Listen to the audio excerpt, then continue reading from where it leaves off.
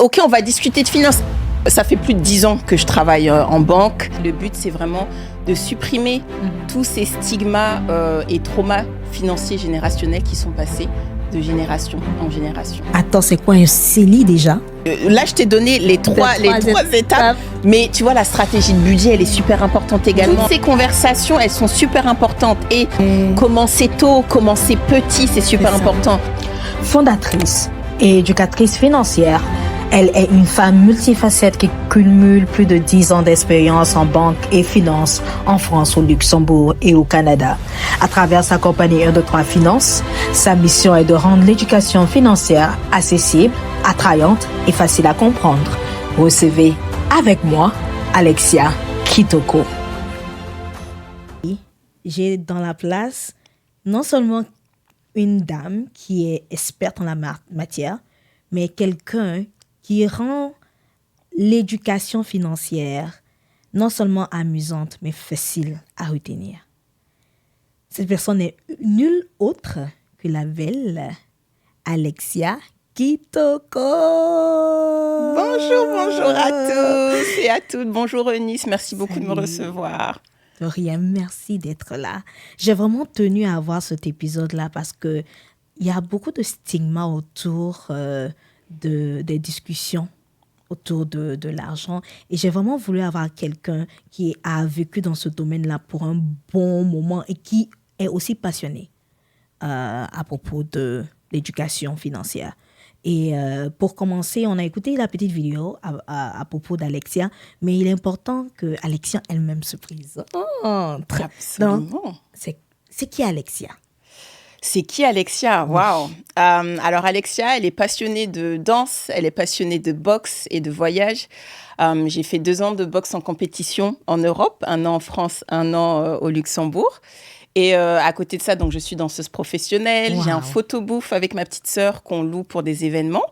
Et mon entreprise principale, c'est 1, 2, 3 Finance. Donc, je suis la fondatrice d'1, 2, 3 Finance. Je suis conférencière et consultante en éducation financière chez 1, 2, 3 Finance. Et qu'est-ce qu'on fait à 1, 2, 3 Finance? On vulgarise l'éducation financière. On autonomise les communautés, les minorités visibles afin qu'elles puissent être indépendantes financièrement. Et le but, c'est vraiment de supprimer tous ces stigmas et traumas financiers générationnels qui sont passés de génération en génération. Et pour ce faire, du coup, mes clients, ce sont les organismes à but non lucratif, les universités, les clubs sociaux et les entreprises. Et je fais ça donc en Ontario, principalement au Canada, en anglais, en français, en virtuel et en personne. Et ce que je propose, c'est des expériences d'éducation financière. Donc, c'est pas juste des ateliers, c'est des discussions, des programmes, des game nights, des team buildings, ce genre de choses. Et dernièrement, en juin, j'ai eu la chance d'animer mon premier atelier d'éducation financière en France. Wow. Donc, 1, 2, 3 Finance, c'est désormais international. Merci beaucoup. Waouh! Oh mon Dieu! Non, voilà qui je suis en 2 mots. Oh, ça... Ok, j'ai pas voulu t'interrompre, mais c'est super cool, quoi, parce que quand tu parles de toi et que tu dis que tu fais la boxe, tu fais la danse, et en plus de ça, tu allies la finance. Moi, je crois que c'est super top parce que généralement, quand tu parles de finance, les gens pensent que tu dois être sérieux, comme stressé, je sais pas. Absolument, là. Ils ont cette mentalité-là. Non, tu n'es pas aussi sérieux que ça, soit plus sérieux. Mais j'adore déjà que tu souris. Ton sourire est juste magnifique. Merci. Et puis en plus de cela, tu es vraiment ouverte, tu es active dans la vie. C'est vraiment un très bon modèle à aspirer. Donc, ton parcours professionnel aussi, il est incroyable. Tu as travaillé dans différentes banques, différentes institutions financières. Comment est-ce que déjà tu t'es créé ce parcours-là et est-ce que tu peux nous expliquer un peu ta transition au Canada? Est-ce que déjà tu es née ici au Canada? Pas du tout. Alors, je suis d'origine congolaise. Je suis née et j'ai grandi en France, à Paris, en région parisienne. Alors, mon parcours, je me suis pas toujours vue au Canada. Mais c'est vrai qu'à un moment donné dans ma vie, en 2011, je suis venue faire un stage au Canada de 2 mois. J'étais dans une famille d'accueil. J'ai adoré être dans cette famille d'accueil. Ils m'ont traité comme si je faisais partie de leur famille, comme si j'étais leur fille. Ok. À cette époque, j'avais fait un stage de 2 mois chez Rona à Boucherville, pour ceux qui connaissent. Ok. Donc Rona, ça va être l'équivalent de Castorama en Europe. C'est un magasin d'outillage. Et à cette époque, je vois. exactement. Et à cette époque, je faisais tout ce qui était marketing. Donc je m'occupais du rayon des boîtes aux lettres, de voir si les boîtes aux lettres elles étaient au bon étage, etc. pour Ouais. qu'elles soient vendues encore plus. Ok. Et je suis vraiment tombée amoureuse du Canada. Et c'est pour ça que je me suis toujours dit, écoute, je dois repartir en France pour avoir mon diplôme, mais je reviendrai au Canada. Donc, tu vois, 2011, c'était mon premier voyage au Canada. Ok. Et puis, finalement, en 2019, je suis revenue au Canada. Donc voilà, je m'étais dit que je reviendrais. Je suis revenue et finalement, j'ai choisi Toronto parce que, tu vois, j'étais dans le domaine de la finance. Ok. Et puis, j'avais déjà eu la partie francophone à Montréal que je connaissais déjà. Donc, je me suis dit, je vais choisir Toronto. Donc ça, c'est pour mon cheminement au Canada. J'ai commencé un petit peu à l'inverse. Ouais. Là, je vais repartir sur mon parcours au final. Ok. Tu me demandais à propos de mon parcours. Alors moi, dans ma famille, il n'y a personne vraiment qui a bossé en banque, en finance. Et je me souviens qu'un des premiers boulots que j'ai eu, c'est que j'ai travaillé chez Leclerc, les magasins Leclerc. Donc j'étais caissière. Ok. Caissière chez Leclerc chaque samedi, en plus d'aller à l'école. Et puis, à un moment donné, je me suis baladée à la banque et j'ai vu qu'ils cherchaient des étudiants pour travailler à la banque le week-end. Ok. Et je me suis dit, oh, pourquoi pas, je vais essayer. Donc, j'ai postulé, j'ai été prise. Donc, j'ai transitionné de Leclerc caissière à hôtesse d'accueil à la banque. Donc, tu peux déjà imaginer ma famille. Hein. Oh, Alexia, elle travaille à la banque. Et puis, en plus, je suis la fille aînée de ma famille. Oh, pareil. Ok, ouais, vas-y. Non, c'est peut-être que tu vois, non, nous les filles C'est aînées, ça. on est comme, tu vois, spécial. On est spécial, Ah on est ouais. vraiment spécial. Donc, tu vois, la fille aînée, je suis la fille aînée également de ma grand-mère, la première petite fille. Donc, quand on a appris qu'Alexia travaillait en banque, c'est génial. Donc, moi, c'était top parce que j'en apprenais sur la finance personnelle, les cartes de crédit, comment ça fonctionne. Donc, après, j'ai dit à maman, il faut absolument que tu ouvres un contrat d'assurance vie, il faut que tu fasses ci, il faut que tu fasses ça. Et moi, j'ai commencé à le faire pour moi également. Et puis après, de fil en aiguille, j'ai fait une licence en banque, j'ai fait un master en banque, j'ai fait un master 2 à l'université Paris-Dauphine, un master de finance avec option gestion de patrimoine banque privée. Et de fil en aiguille, j'ai fait mes stages, tu vois, en finance. Et puis après, j'ai travaillé en France dans des banques comme LCL, par exemple. Et ensuite, j'ai fait 2 ans au Luxembourg, chez Natixis Wealth Management, où j'étais en VIE. Donc, c'est un contrat international d'expatriés pour ceux qui viennent d'avoir leur diplôme. Ça se passait super bien.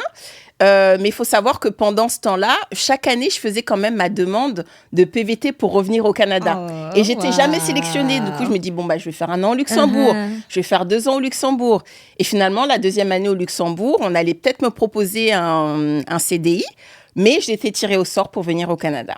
Et t'as juste abandonné ça. Et j'ai tout abandonné. J'ai dit à maman, je laisse tout et je vais au Canada. Et je ne regrette pas mon choix, vraiment. Waouh. Non, mais les gars, déjà que j'adore le fait que tu aies commencé dans la finance, mais que tu t'es donné les moyens de continuer en acquérant beaucoup plus d'informations, de diplômes qui t'ont vraiment poussé à avoir cette carrière-là. Et maintenant, on a Alexia ici avec nous au Canada.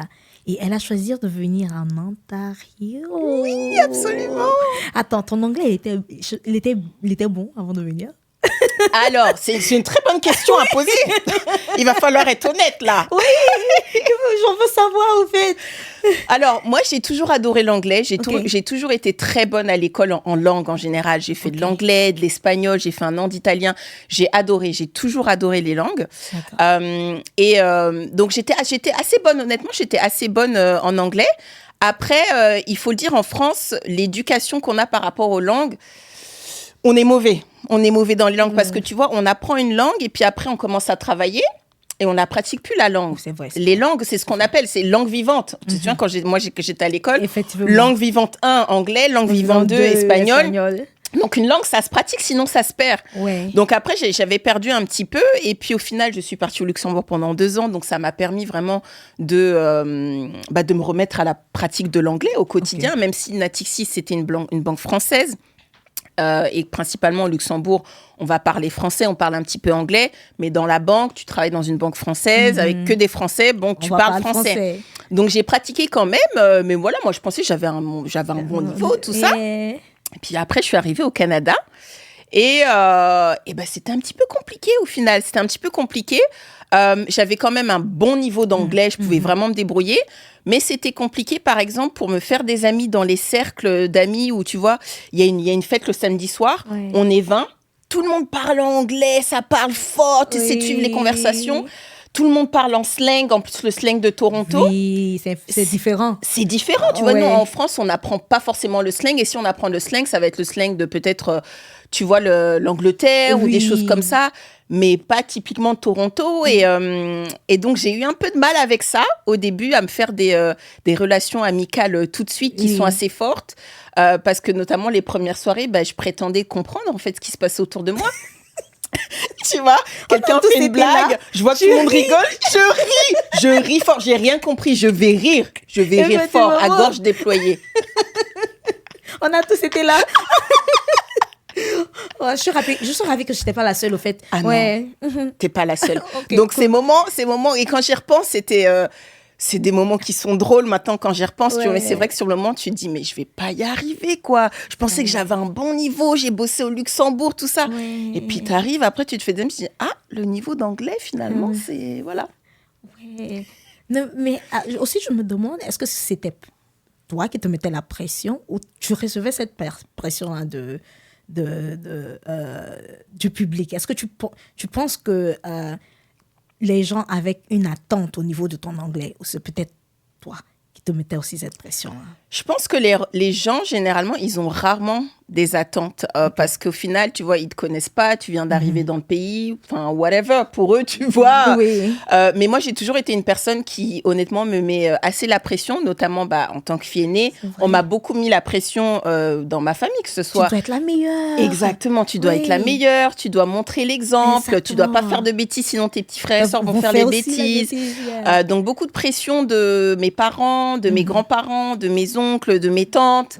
Et puis, il y a aussi cette pression de, tu vois, les petits frères et sœurs qui sont derrière, qui suivent ton exemple et qui, du coup, à un moment donné, peuvent aussi, à un moment donné, peut-être faire mieux que toi. Donc, tu as une pression de, faut toujours que je fasse mieux. Quel est le prochain projet sur lequel je vais travailler? On a besoin de notre propre cercle de consolation. Tu vois, nous, les filles aînées, on a besoin d'avoir notre propre, tu vois. Exactement. Parce que c'est pas Créons facile. L'association des filles aînées du Canada. Absolument. J'adore. Non, maintenant, tu es là, tu as créé ta compagnie et tout. D'abord, parle-moi de la création de 1, 2, 3 Finances. C'est venu d'où? Tu es venu au Canada, tu as commencé à travailler et puis tout à coup, bon, 1, 2, 3 Finances, c'est comment ça se passe? Alors, 1, 2, 3 Finances, c'est une très, très belle histoire. Moi, quand j'ai eu mon diplôme, ça fait plus de 10 ans que je travaille en banque. J'ai eu mon diplôme à Dauphine, mon Master 2, en 2015. Donc, il y a 10 ans, tu vois. Et j'ai commencé à travailler en banque même avant ça. Depuis que j'ai eu mon diplôme en 2015, pour moi, c'était vraiment logique de travailler en banque, d'aller en banque et de gravir les échelons. Et ce que je faisais, c'est j'aidais les personnes riches à devenir encore plus riches. J'ai bossé chez Natixis en banque privée, avec des banquiers privés, où on travaillait sur des portefeuilles de plus d'1 million d'euros. Et j'ai aidé à faire les propositions d'investissement, les demandes de crédit, etc. Et c'était logique pour moi de toujours, tu vois, travailler en banque, en fait. Oui. Après, je suis venue au Canada. Bon, j'ai travaillé chez RBC Wealth Management parce que c'était simplement logique pour moi. Et à un moment donné, j'ai eu une amie à moi qui travaillait également chez RBC. Son nom est Joël. Coucou Joël, si tu nous écoutes.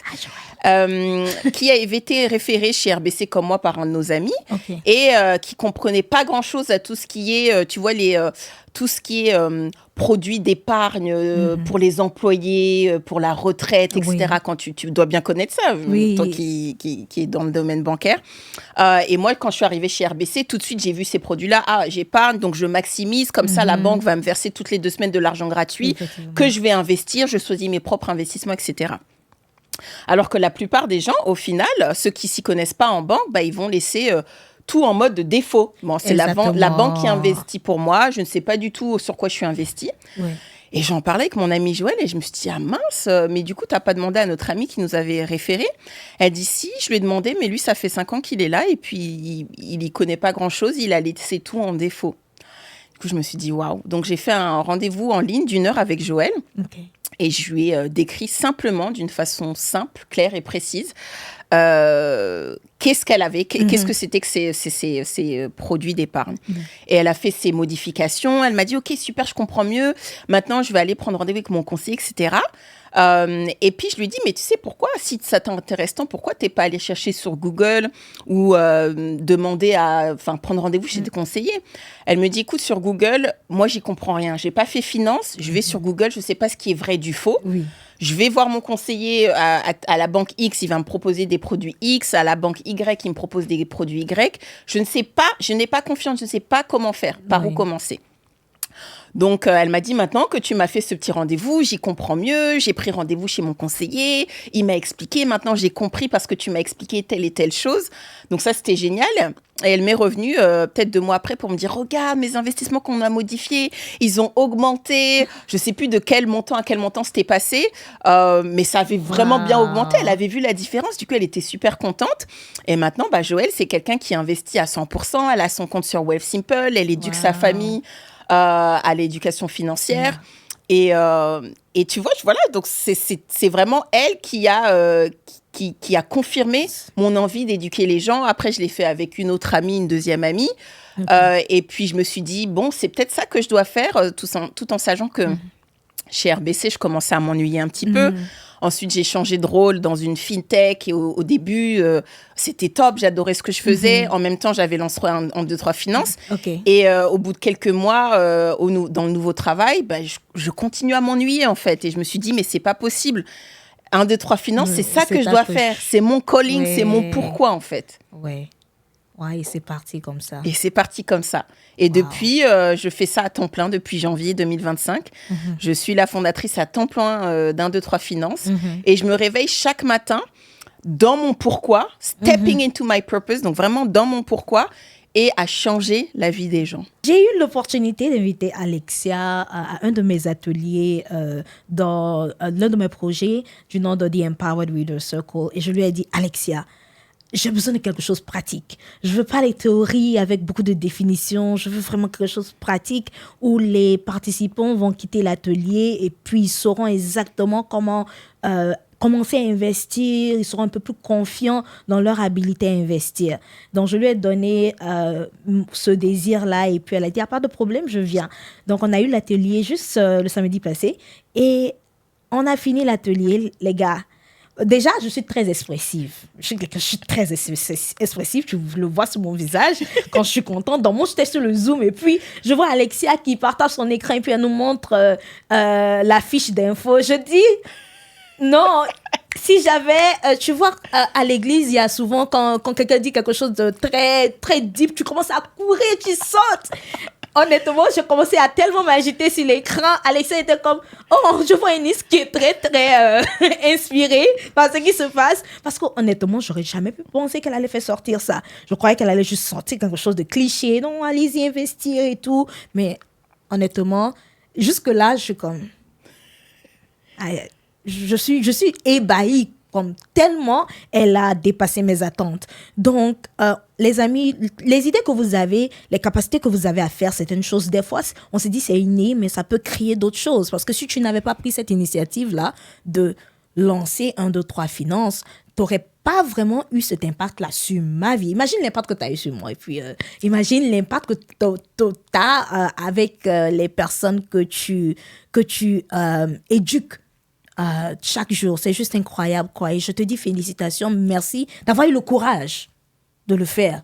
Parce que tu aurais pu rester dans ta zone de confort. Ouf, tu travaillais absolument. très bien.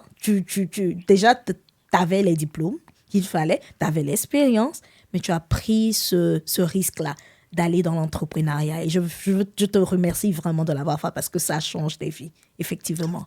Merci beaucoup, Eunice. Et oui, effectivement, c'est une totale prise de risque parce que tu vois, j'ai bossé pendant 4 ans chez RBC. Chaque 2 semaines, j'avais un salaire qui rentrait. J'étais très confortable à ce que je faisais. Ensuite, je suis sortie un petit peu plus de ma zone de confort avec le prochain, l'autre travail que j'ai eu après dans une fintech. Et dans la fintech, tu vois, j'avais un salaire à 6 chiffres, j'étais confortable, je faisais entre guillemets un petit peu ce que je faisais chez RBC. Donc, tu vois, c'était une vie très confortable quand même. Toutes les 2 semaines, tu as ce montant qui rentre. Tu vois, j'aurais pu me dire non, je reste, je vais continuer à faire le 9 à 5. Mais non, j'ai pris ce risque parce que ce qui est important pour moi, c'est vraiment changer la vie des gens. Et je me fais confiance, je sais qu'un, 2, 3, ça va marcher même au-delà des 6 chiffres. Oui, ça va marcher, effectivement. Et je t'encourage. Moi, je suis quelqu'un qui est vraiment garant de ce que tu fais. Et on va partir un peu sur la même donne.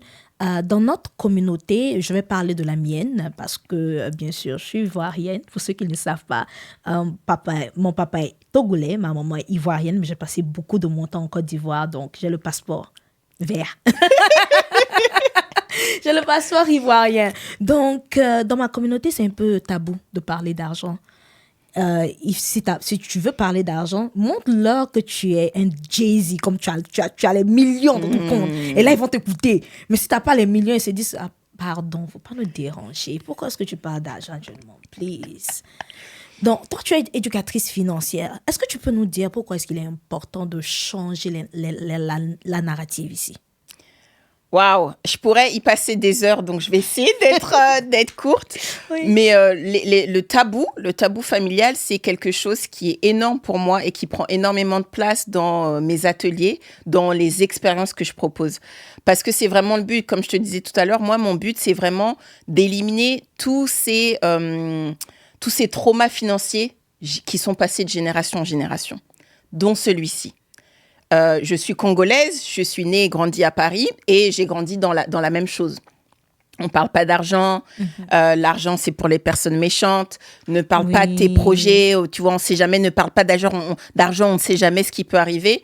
Et moi, j'ai eu entre guillemets, un petit peu de chance parce que ma mère, c'est quelqu'un qui a eu une vie très compliquée et qui m'a toujours dit, Alexia, c'est important que tu économises de l'argent. Il faut que tu économises de l'argent. Il faut que moi, j'ai jamais pu acheter un appartement. Je veux que tu puisses acheter un appartement. Donc, ma mère m'a poussée à économiser. Mais ça venait pas tellement d'une dimension de il faut que tu construises de la richesse, il faut que tu épargnes pour investir. C'était plutôt épargne parce qu'on ne sait jamais ce qui va arriver. C'était plutôt d'un scarcity mindset. Tu vois, cet état d'esprit de il n'y aura pas assez d'argent. Voilà, on ne sait jamais ce qui peut arriver. Il n'y a pas assez d'argent. Des mauvaises choses peuvent arriver. Tu vois, ce n'était pas vraiment cet état d'esprit d'abondance financière et de création de richesse. Donc, pour moi, c'est une bénédiction. On dit a curse and a blessing. Une bénédiction et je ne sais pas quel mot c'est. Quoi déjà une malédiction. Une bénédiction et une malédiction à la fois, puisque effectivement, j'ai toujours eu cet état d'esprit d'économiser. Et grâce à ma mère, j'ai pu acheter mon premier appartement à l'âge de 27 ans. Wow. Donc, merci maman pour ça, si tu nous écoutes. Les moments, ils sont juste géniaux. Parce ça. Que la majorité des invités que j'ai ici, ils disent merci à leur maman. Allez, papa, on vous attend la prochaine fois. Mais vas-y. Donc, merci maman pour ça. Et donc, voilà, j'ai eu la chance, tu vois, d'avoir cet état d'esprit où j'économise et j'achète mon premier appartement. Mais ce qui m'a réellement sauvée, c'est le fait que j'ai fait un master à Dauphine en finance et que j'ai été entourée d'autres étudiants, j'ai fait des stages en finance, donc j'ai rencontré d'autres personnes, mes collègues, qui, eux, m'ont insufflé cet état d'esprit d'abondance, de création de richesse, d'investissement, de produits financiers, de prise de risque. Même encore aujourd'hui, je vais parler à ma mère de prise de risque et d'investissement, d'ouvrir un contrat d'assurance vie. Ah, est-ce que c'est risqué? Oui, c'est risqué, maman. Je veux pas le faire alors, je veux pas le faire. Tu vois? Donc, cet état d'esprit, il est encore là. Et en même temps, je ne peux pas lui en vouloir parce qu'elle fait partie des générations, malheureusement, qui sont les générations où... Bon, je vais essayer de changer, mais si je ne peux pas changer, moi, maintenant, je me concentre sur les générations futures. Donc, mes petites sœurs, mes petits frères, mes enfants, mes petits-enfants, si j'en ai demain, mes nièces, mes neveux, c'est vraiment sur ça que je vais me concentrer maintenant. Se focaliser. Et j'adore ça parce que on avait une discussion dans un chat et quelqu'un demandait comment est-ce que c'est possible de changer la donne au niveau de nos communautés. La personne se demandait comment est-ce que c'était possible. Moi, immédiatement, je dis, c'est juste la génération qui vient. Tu vois, les Gen Z, là, les Gen Alpha, c'est eux. C'est eux là. Et si on est en mesure de changer leur mentalité, comme tu l'as dit, c'est vraiment la mentalité au niveau de comment est-ce qu'on voit l'argent, comment est-ce qu'on manipule l'argent. J'ai une petite sœur de 10 ans déjà, je lui apprends à gérer ses finances. Elle a son propre compte Maido, donc elle est déjà entrepreneur, ce qui me fait rire. J'adore. Mais c'est toute une histoire. Mais c'est ça, en fait. C'est ça, c'est exactement ça. Et pour revenir sur le tabou, pourquoi c'est important qu'on déconstruise ça? C'est qu'en fait, on a autour de nous... plein de communautés, que ce soit les communautés blanches, les communautés juives, les communautés chinoises, qui s'entraident et qui parlent d'argent et qui construisent de la richesse. Nous, en tant que communauté francophone, en tant que communauté noire, on doit aussi être capable de construire la richesse. J'ai une petite anecdote qui m'est arrivée quand j'étais à l'université Paris-Dauphine. Où j'étais dans ma classe avec d'autres étudiants. Une étudiante principalement qui parlait de sa vie. Elle habitait à Vincennes, je me souviens très bien. Elle parlait de sa vie. Elle disait... Ah, moi, mes parents, ils ont prévu des appartements pour mon frère et moi. Moi, j'ai cet appartement qui est dans telle ville, dans tel arrondissement de Paris. Mon petit frère, lui, il aura tel appartement dans tel arrondissement, etc. Et puis moi, j'étais là à côté. Rien du tout. Habiter dans un HLM en région parisienne, tu vois. Et je me suis dit, mais qu'est-ce que c'est que ça, tu vois? Dans quel monde on vit? Et tu vois, tu te sens seule parce que tu dis, mais qu'est-ce que c'est que ça, tu vois? Et en fait, ce qu'il faut qu'on fasse maintenant, c'est arrêter d'avoir ces tabous, avoir le propre état d'esprit, le savoir et agir pour construire cette richesse générationnelle. Je pense qu'on peut-être, je pourrais en parler un petit peu plus tard, construire la richesse générationnelle. Mais pour moi, c'est super important parce que ce qu'elle a dit, cette femme qui était dans ma classe, je veux que ce soit ma nièce ou mes enfants ou mes petits-enfants qui disent ça. Même pas mes petits-enfants, mes enfants. Mes enfants ou mes nièces qui disent ça. Oui, maman, elle a acheté cet appartement pour moi. Et c'est en ça que quand j'ai acheté mon premier appartement, je me suis toujours dit, cet appartement, il sera pour ma fille ou mon fils. Quand ils iront à l'école, ils pourront dire, ah, ma mère, elle a un appartement ici dans telle ville, même si c'est pas à Paris, même dans telle ville, et je vais pouvoir habiter dans cet appartement, etc. C'est ça c'est pour ça que c'est important pour moi de déconstruire tous ces tabous. C'est que nous aussi, en tant que personnes noires, on doit comprendre que c'est important de construire la richesse. Effectivement. C'est pour notre indépendance et c'est pour le futur, en fait. Effectivement. Et généralement, quand on parle de richesse, les gens pensent immédiatement à l'argent, mais c'est vraiment, ça commence déjà par le mindset. Ça commence ici avant de se manifester dans les poches. Au fait, et moi j'adore ce que tu fais là et je t'encourage vraiment à vraiment pousser le pion, va jusqu'au bout. Et le fait que tu fasses tes vidéos en anglais, en français, oh my God, j'adore. Tu sais pourquoi? Parce que j'ai l'impression que les francophones, on cache beaucoup de choses. Mais c'est juste moi, peut-être que c'est ma communauté, je sais pas. Les Ivoiriens, s'il vous plaît. Parce que les anglophones noirs, ils sont plus partageurs d'informations. Moi, pour moi, l'information est cruciale. L'éducation, c'est crucial. Et je veux prendre un exemple, une dame magnifique que tu connais, Rénie, qui fait des choses aussi extraordinaires dans la finance, mais elle est anglophone. Et avant que je te rencontre, je me disais, qui est-ce que je vais contacter? Tu vois? Et le fait que tu crées ces vidéos-là et que tu y mets l'excellence. Si vous ne suivez pas 1, 2, 3 Finances, je ne sais pas ce que vous faites de votre vie, mais vous ratez beaucoup de choses, en tout cas. Parce que Alexia a des capsules qu'elle fait, elle a des ateliers même gratuits auxquels elle participe. Honnêtement, je vous dis, les gars, suivez 1, 2, 3 Finances. Vous n'avez aucune idée de comment est-ce que ça va changer votre vie. Il n'est pas trop tard pour le faire. Et tu le disais, le meilleur temps d'investir, c'était hier. Exactement. C'est le meilleur temps maintenant, c'est aujourd'hui. Absolument. Effectivement. Donc, allez suivre 1, 2, 3 Finances. Donc, vu qu'on parle de finances, j'allais quand même pas te laisser t'asseoir ici et puis partir, juste nous dire ton histoire. Non, jamais. Donc, j'ai fait un peu mes recherches. Et puis, il y a des questions qui reviennent souvent en finance. Les gens se demandent, attends, c'est quoi un CELI déjà? En anglais, CELI, c'est TFSI. Et c'est quoi le REER? Qui est en anglais RRSP. Donc d'abord, est-ce que tu peux nous donner cette définition-là? Et puis, quel conseil tu pourrais donner à quelqu'un qui est tout frais à la finance? Est-ce qu'il commence déjà avec le CELI ou il va avec le REER en première position? Donc, vas-y. Alors, ce sont d'excellentes questions que tu me poses. C'est des produits qui sont très, très populaires au Canada. Généralement, tout le monde en a entendu parler vaguement, tout le monde sait plus ou moins ce que c'est, mais pas parfaitement. Mais il y a une chose, c'est qu'il n'y a pas grand monde qui l'utilise comme ça devrait être utilisé. Donc, le TFSA, Tax Free Savings Account, en français, c'est CELI, compte épargne libre d'impôt. Et le RSP, Registered Retirement Saving Plan, en français, c'est REER. Donc, c'est le régime d'épargne retraite. Régime d'épargne retraite. Alors, moi, je commencerai pour tout le monde, pour moi, devrait avoir un CELI. Je commencerai par le CELI. Alors, le CELI, c'est une enveloppe qui est non taxable. C'est-à-dire, tout ce que tu mets à l'intérieur du CELI, peu importe si ça grossit, tu ne paieras jamais d'impôt. D'accord. OK, donc tu ne paieras jamais d'impôt dessus.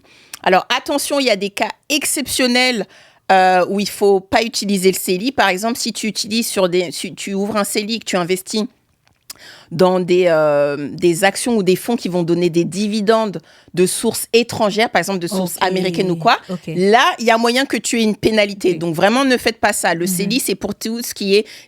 Vous êtes au Canada, donc tout ce qui est dividendes canadiens ou alors fonds, actions monde, mais qui ne donnent pas forcément de dividendes parce que c'est un produit canadien.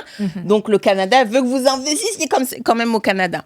Donc, le CELI, voilà, c'est une enveloppe où tu peux investir sans impôt.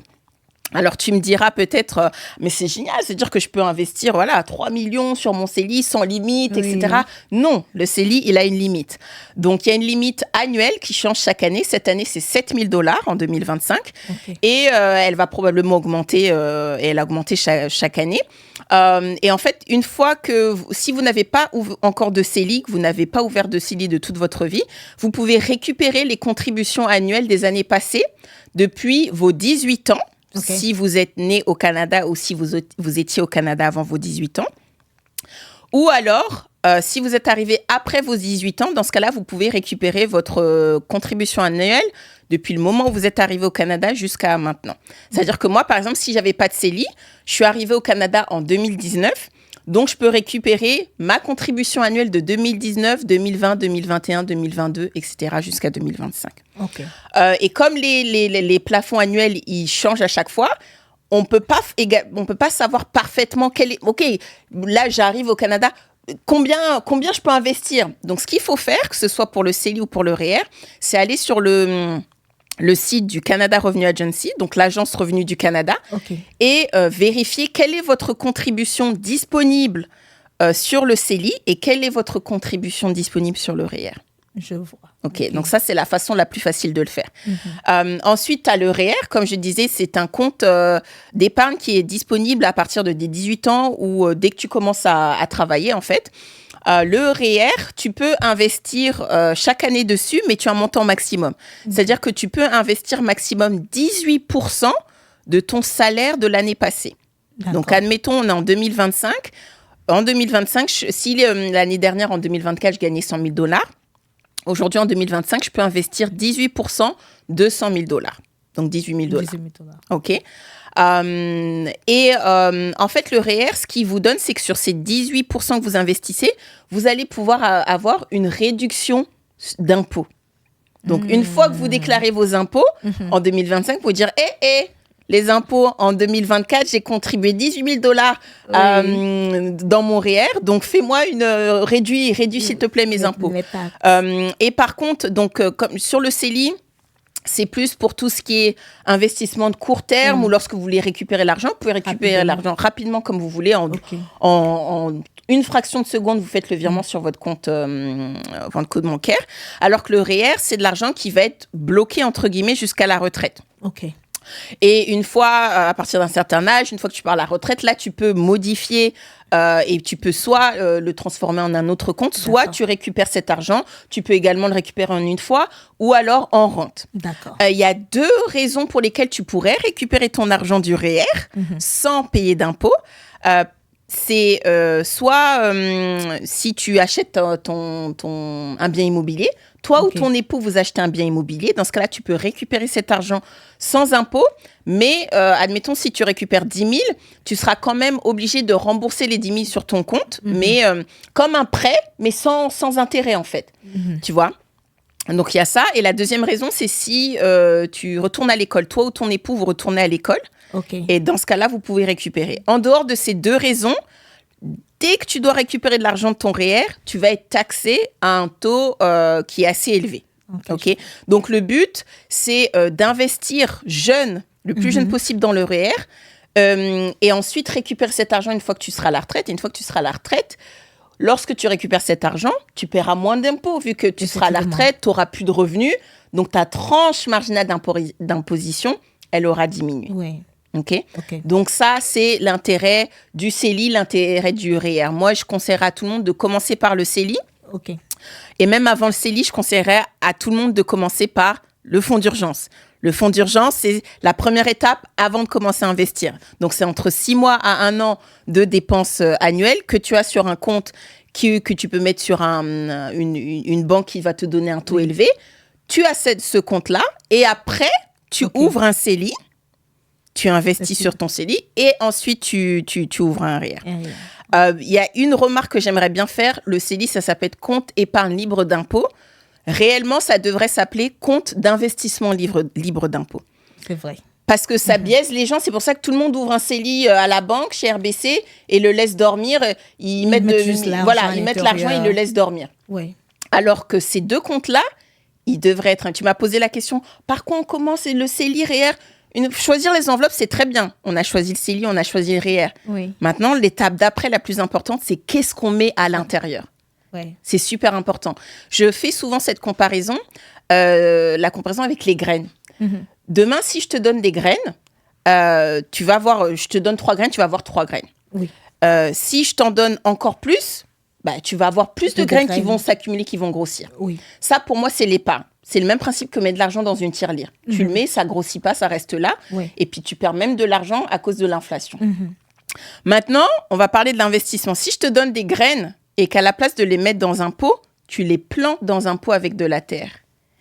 Et que chaque mois, tu rajoutes de l'argent. Donc, chaque mois, tu arroses. Ça va grossir, tu vas avoir un arbre. Maintenant, si tu arrêtes d'arroser, l'arbre va mourir. Si tu continues d'arroser, qu'est-ce qui va se passer ? L'arbre va grossir encore plus, tu vas avoir encore plus de feuilles, etc. Ça, c'est l'investissement. Et qu'est-ce que tu peux faire avec les feuilles ? Tu peux les retirer, tu peux les donner à ta famille. Tu peux investir dans des projets. Effectivement. Donc, il faut que les gens vraiment réalisent que on ne peut pas mettre des graines de côté toute notre vie. Oui, effectivement.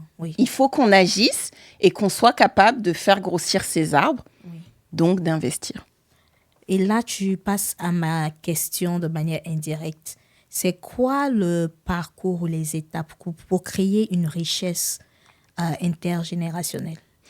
Alors, il y a 3 étapes qui sont principales pour moi. C'est notamment les étapes que j'utilise quand je donne mes expériences d'éducation financière. La première étape, c'est l'état d'esprit. Oui. Eh oui. Girl. Eh oui. L'état d'esprit. Oui. La deuxième étape, c'est le savoir. Et la troisième étape, c'est l'action. Souvent, les gens vont dire le savoir. Non, certaines personnes pensent que la première étape pour faire, c'est crypto. Hein? Oh là là, m'en parle pas. C'est crypto. Oh, m'en parle pas. Surtout nous les jeunes là. Non, c'est crypto. Crypto, c'est la première étape pour la richesse. Hein? M'en parle pas. Mais donc, effectivement, il y a beaucoup de personnes qui vont te dire que le savoir, knowledge is power. Le savoir, c'est le pouvoir. Je pense que c'est pas totalement vrai.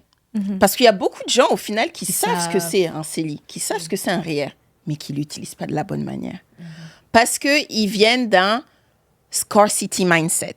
Tu vois, un mindset de manque d'argent ou un mindset de « oh, je regarde pas ce qui se passe ». Tu vois, ils ont pas le bon état d'esprit. Donc moi, ce que je fais généralement à chaque fois dans mes expériences, je parle de l'état d'esprit, les affirmations sur l'argent. Ensuite, je donne du savoir. Et ensuite, la dernière étape, c'est je donne des appels à l'action. Voilà comment on peut commencer. Donc, l'état d'esprit, c'est vraiment avoir un état d'esprit d'abondance et de dire que c'est comme pour tout, tu vois. Tu peux avoir un état d'esprit de scarcity pour l'argent. En fait, l'état d'esprit scarcity, pour donner une définition, c'est de croire que les ressources sont limitées dans le monde. Donc, ça peut être les ressources financières, les hommes, de croire que les hommes sont limités, les femmes sont limitées sur Terre. Non! Il ne faut pas avoir cet état d'esprit. Il y a de l'argent pour tout le monde. C'est juste qu'on n'est pas tous prêts à aller le chercher là où il est. C'est ça.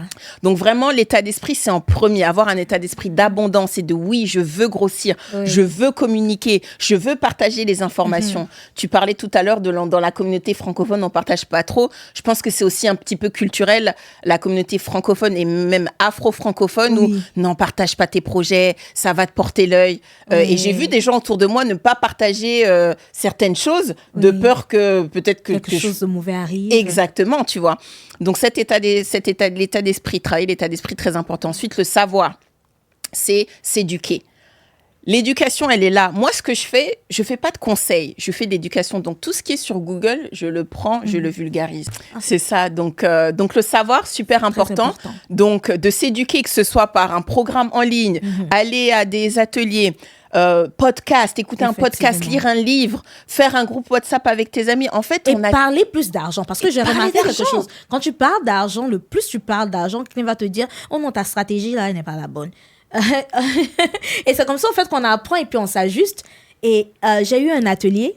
On a eu l'atelier avec Alexia où elle nous a demandé de calculer notre chiffre financier. Voilà. Donc, le chiffre financier, c'est l'argent qu'on espère. Non, c'est l'argent que nous devons économiser présentement pour vivre la vie que nous voulons vivre à la retraite. Les gars, la folie des grandeurs. Déjà, la première question qu'elle nous a demandé de dire, c'était de choisir l'argent qu'on souhaitait avoir à la retraite. Tu vois, maintenant, Agnès a écrit 1 million. Voilà. Quand on a fini de calculer le chiffre d'affaires et que je me suis rendu compte que pour vivre mes 1 million à ma retraite, ce que je devais économiser maintenant, vraiment, ça demandait beaucoup d'efforts. J'ai dû réduire mon montant un peu plus bas. Et je me suis aussi dit, c'est important, en fait, d'avoir ces étapes dont tu parles. Déjà, commencer très tôt à se développer cette mentalité-là et acquérir le savoir le plus tôt. Parce que ici, dans ce système dans lequel on vit, l'investissement est l'un des moyens de faire travailler son argent, même dans son sommeil. Absolument. Sans se lever tôt le matin. Ah là là. Tu dors, tu te réveilles, tu reçois un message multiple, $300 de dividendes. Ouh! Effectivement. Bon. Donc, après le savoir, c'est quoi la dernière étape? Après le savoir, c'est l'action. Donc, alors, je vais juste terminer sur la partie savoir, c'est que, tu vois, nos parents, ils n'avaient pas accès à tout ça. Tous les accès en ligne, les podcasts, les réseaux sociaux, les influenceuses, suivre Rénie, par exemple. Tout ça. Suivre Alexia, par exemple. Me suivre également sur 1, 2, 3 Finances. Ils n'avaient pas accès à ces données-là. Oui. Toutes ces ressources, maintenant, on a accès. Et je vois beaucoup de gens qui n'utilisent pas ça. Ça me rend dingue. Moi, ça me rend dingue. Donc, vraiment, juste finir là-dessus. Et je veux dire aussi que des fois aussi, comme les termes sont un peu difficiles, tu vois, quand tu vois CELI, tu te dis, oh mon Dieu. Là là, tu commences à te gratter la tête. Je te dis que c'est quoi ça? Mais avec des personnes comme vous, ça facilite vraiment. Absolument. Ouais. Donc voilà, utiliser les ressources et la dernière étape, c'est passer à l'action. Il ne faut pas être tétanisé par le savoir. À un moment donné, une fois que tu sais ce que c'est qu'un CELI, va l'ouvrir. Va ouvrir un CELI à ta banque. Une fois que tu sais ce que c'est comment ça fonctionne, comment fonctionnent les banques avec les frais, etc., va ouvrir ton CELI chez Wealthsimple, chez Questrade. Oui. Et puis, va leur demander, voilà, vous avez une offre où vous pouvez investir sur moi. Tu les appelles. Est-ce que vous pouvez m'expliquer un petit peu comment ça fonctionne? Oui. Ça peut être, comme je disais tout à l'heure, Ouvrir un groupe WhatsApp avec des amis. OK, on va discuter de finances. Ah, toi, tu as ouvert ton compte chez Wealthsimple. Pourquoi? Est-ce que tu peux me référer? Toutes ces conversations, elles sont super importantes. Et des appels à l'action, il y en a énormément. Tu peux trouver un mentor.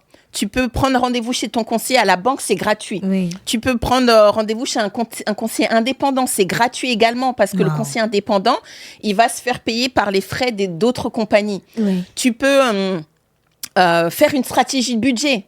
Tu vois, là, je t'ai donné les trois étapes. Mais tu vois, la stratégie de budget, elle est super importante également. Commencer tôt, commencer petit, c'est super important. Même si c'est que $25 par paye, c'est important de commencer avec un petit montant et de commencer tôt. Donc, je pourrais en parler pendant des heures, mais vraiment, ces 3 étapes-là, pour moi, elles sont super importantes. Merci vraiment, Alexia. Le savoir que tu viens de partager est juste incroyable. Et on est presque à la fin. Et la première des choses, la dernière question que je vais te poser, est-ce que tu as un coup de cœur? Un coup de cœur, c'est quelque chose que tu aimes, que tu as utilisé récemment, et puis que vraiment, une personne, on ne sait jamais. Alors, très bonne question. Je pense à 2 choses. Il y a une citation que j'aime beaucoup de Nelson Mandela et il y a également 2 initiatives à Toronto. Donc, je vais d'abord parler de comment on appelle ça? La citation de Nelson Mandela. Alors, si je me souviens parfaitement, c'est « L'éducation est notre arme la plus forte pour changer le monde ». Je vais mettre ça en grand caractère. Vraiment. Oui. Et quand je parle d'éducation, je parle pas juste d'éducation financière, mais ça rentre dedans. L'éducation financière, l'éducation en règle générale, c'est ça qui fait qu'on va pouvoir changer le monde, changer les communautés, changer les états d'esprit, construire de la richesse générationnelle. C'est vraiment comme ça qu'il faut qu'on le fasse. Donc ça, c'est une citation qui m'a marquée et qui est gravée en moi au jour le jour. Et puis, 2 initiatives que j'aimerais partager. Parce que tu parlais de partage tout à l'heure dans mon francophone. J'ai parlé d'une initiative francophone et d'une initiative anglophone. Donc, il y a la Société économique de l'Ontario qui fait des programmes, des incubateurs, dont un que j'ai réalisé l'année passée. C'est un incubateur de 14 semaines qui t'aide, tu vois un coach chaque semaine et qui t'aide à clarifier ta vision, ta mission, tes valeurs, etc. Comment lancer ton produit, etc. Et j'ai fait ce programme-là. J'ai fait ensuite, au bout de 14 semaines, un concours de pitch parmi une vingtaine d'entrepreneurs. Et j'ai fini lauréate. Donc, j'ai gagné, un concours de pitch à $1,000. Donc, ça m'a vraiment encouragée dans ce projet-là. Et puis maintenant, je suis experte en éducation financière pour la SEO, donc c'est génial. Donc j'encourage tous les entrepreneurs ou entrepreneurs en devenir francophones à Toronto à se renseigner sur les services de la SEO. Il n'y a pas que l'incubateur, il propose énormément de services.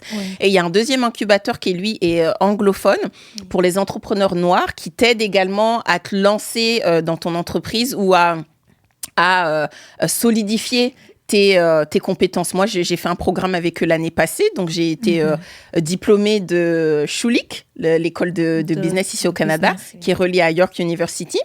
Et cette année, je fais un deuxième programme avec eux. Donc l'année dernière, c'était un programme sur business et leadership. Donc tu vois, comment être un leader dans ton entreprise. Cette année, je fais un programme sur tout ce qui est process.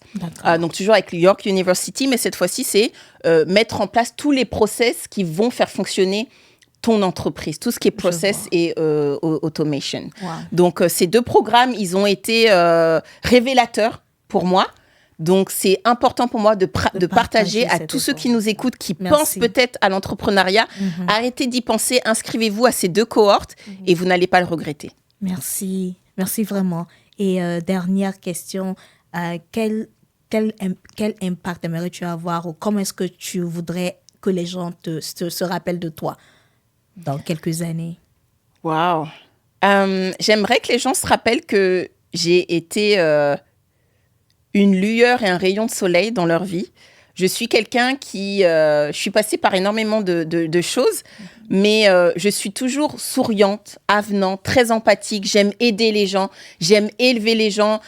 Si tu me connais bien et que tu es une amie à moi, que tu viens me parler d'un de tes problèmes, je vais toujours faire en sorte d'aller de l'avant et de t'élever, de faire en sorte que tu te sentes mieux. Et c'est ce que j'essaie de faire au quotidien avec tout le monde, au final, dans toutes mes activités. Tout à l'heure, tu vois, je fais de l'éducation financière, mais je suis également danseuse, etc.